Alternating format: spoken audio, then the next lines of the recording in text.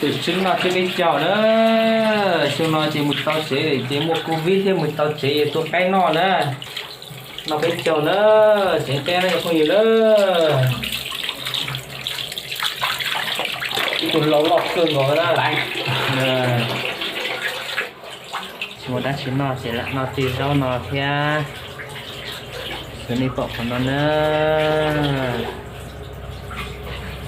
nó tên nó xin được không gì nữa thay mình chỉ cho mình có cái nó theo chỉ được cho đây là thế nào để trong mỗi món thế nào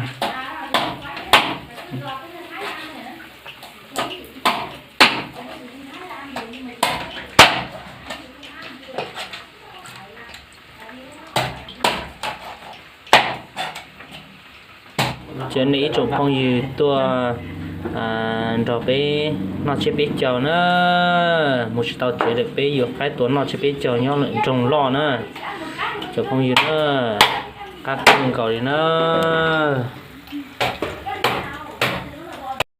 cho nên say nữa hả chị cái một tàu chỉ thì bé giờ nó ít chua trâu chỉ biết chờ trong ốc phản hình cậu gì nó này cho không gì nữa món nó chỉ ít món mà các cưng có na cho nó giờ mua su lơ kia cái cho nó sờ na cái cho sờ đó cái các sờ đây là rồi không gì nữa cái cọng nữa họ bắt chân là bây giờ con gì nó trong YouTube thế nữa các sập lơ na cho mình xây gì thế để nó này đó ba xiên thằng nữa hoặc cái này gió theo các cưng có na nó tôi ít tôi lấy tôi cái cho sờ cho không gì nữa nó tay nó này nhưng xong tại sao cũng không gì đó xuyên tao nó cũng cho bé mù nó mỏ đó nó nói gì biết là chưa biết chờ nữa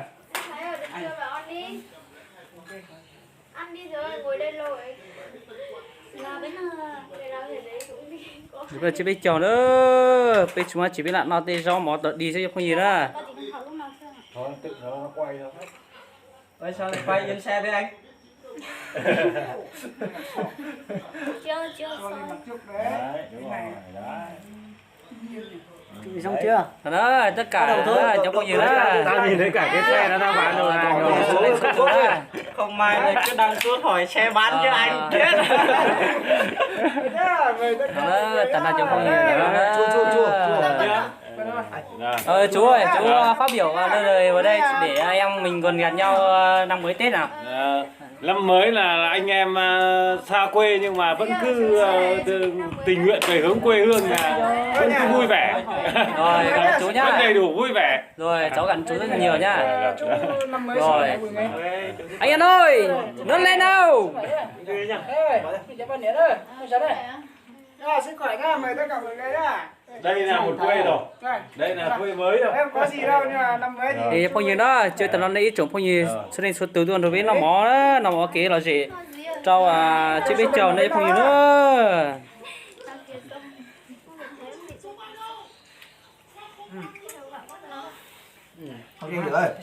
rồi bên nó chỉ ra mọi nó một lần thôi đi xong cuốn nhóm vài giây xong để chị biết tao một chế chị biết là tụ cái theo dự chuẩn bị đón xuân mới coi như là chúng nó coi như là rất cẩn thận nó đã rồi anh ơi bởi đi rồi sức khỏe nhá cho không kêu uống đá kìa rồi mình làm hết chưa ra đi uống xong được rồi sức khỏe năm mới nhá cũng chả có gì đâu nói chung là anh em mình không về được Tết thì mình tổ chức một để em mình lo năm mình ngồi với nhau nói chung là năm đã qua năm mới đến thì chúc tất cả sức khỏe nhá đúng rồi đấy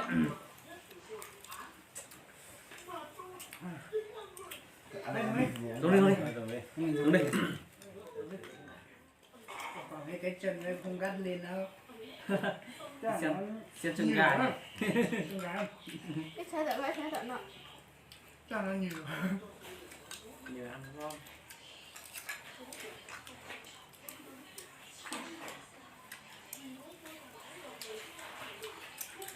hôm qua bay đấy là cô già cô đầu bụng Stop có này vừa chút về giới thiệu với nhau. Phát dùng ngắm một tí nhé. Anh không phải nhé. Tí nào? Có. nó lên rồi Còn lên con nho thì nó có nhá hạt răng rồi. Có ô tí hết giờ đi học cũ là không có tí đâu bây giờ. không làm công nhân đúng không? Thằng nó bây giờ nó bây giờ 96 97 rồi. Thằng nó tí ba họ từ dần dần nó đi cái mà dần dần rồi như là tiêu cho thì cái bây giờ làm có lỗi đúng không? có có chén nữa. Nhưng mà dưới nó không được gì thì nó vẫn cho về. Cũng có lửa nữa.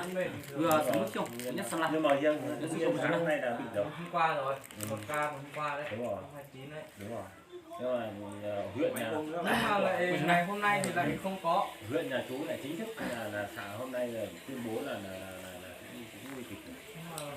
Sợ lắm đấy chứ. Hôm qua nhưng Tụi cháu nó có mò ra rồi bị bệnh dịch nó gì có tổng phòng tổ hay bệnh phòng cái phòng tổ hay phòng tổ phòng tổ cho khỏi nó hay gì Cùng quê à? cái trải nghiệm rồi Ô thế nên làm lâu lắm rồi đấy. có vừa khâu đá là khâu đá Ăn bánh của chú mấy năm rồi. Chuyên khách hàng bánh chuyên bánh của chú đấy. Vừa nãy cháu mới còn hỏi là cô chú ở đây không? Đây là tưởng ở trong ở đây. Trước ở trong này bây giờ chuyển qua kia rồi. Đây là chuyển rồi. Chuyên ăn bánh của chú mấy năm nay rồi đấy. ôi đâu khỏe đâu Khách kia là khách. rồi đi quay Vừa à? Ừ thì đúng rồi đấy. Rồi. chúc khỏe nhá Không, hơi chị sao đâu. tí Cô là cô thích cái bánh ấy mà. Hay ăn lắm. cho đá vào nó ngon hơn tí không mát Cái bò đá biết chị mua được không? Không nhưng mà không Chị hao nó đi ngoài đằng ra sót. Nó để nó lâu nó không hoạt động nó. Mà hầu tới sao nó chị hao. Kệ nó cứ quay. xuống đi xuống đi Ở đây Đúng đi. rồi. Nó đá thì nó không nắng nó để nó Cho con làm gì không? Mà hầu tới cho con cái nào không? Anh vừa đây. rồi nhá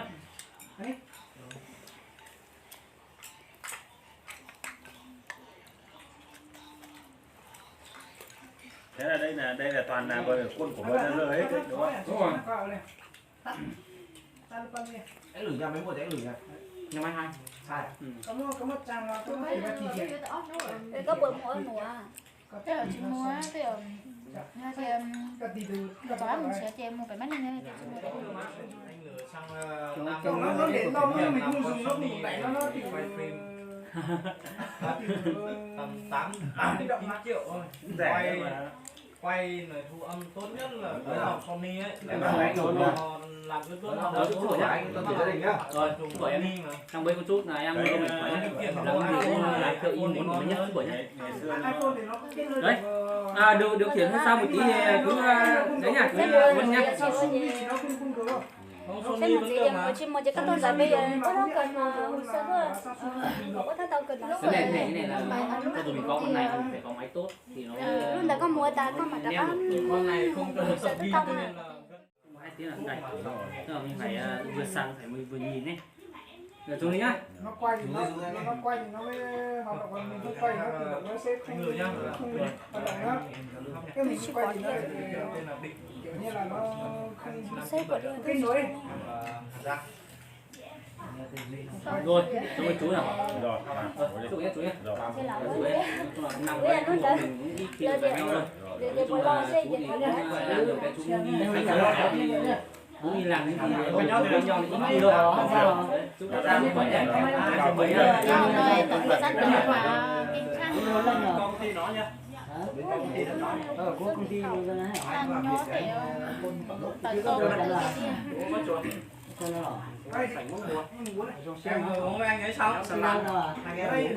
xi lăng nữa này Nó phải nhá. ủa quay chạy ta chứ Năm mới thì có xe năng nữa không cho đi đâu mà. Thế này đợt đến là của hai đấy đấy Thế đấy thì cùng đợt anh cái thấy ai cũng vào đấy. chịu nhưng mà là nó còn là quê bỏ là cái cũng vừa trước khi hay là đầu em mua cái gì em mua gì để làm cái gì đầu ba năm đấy tao báo luôn mà để con mà nhau lấy những giày chứ có mà lấy những giày là chỉ giày mình là nghỉ nó nghỉ đau đúng đi nó công ty nó không chạy được đúng đi lưới vẫn tuyển đúng đi thế rồi lợi bên lợi chuyện đây thì không phải đi trường rồi Đầu năm 2020 đầu năm đấy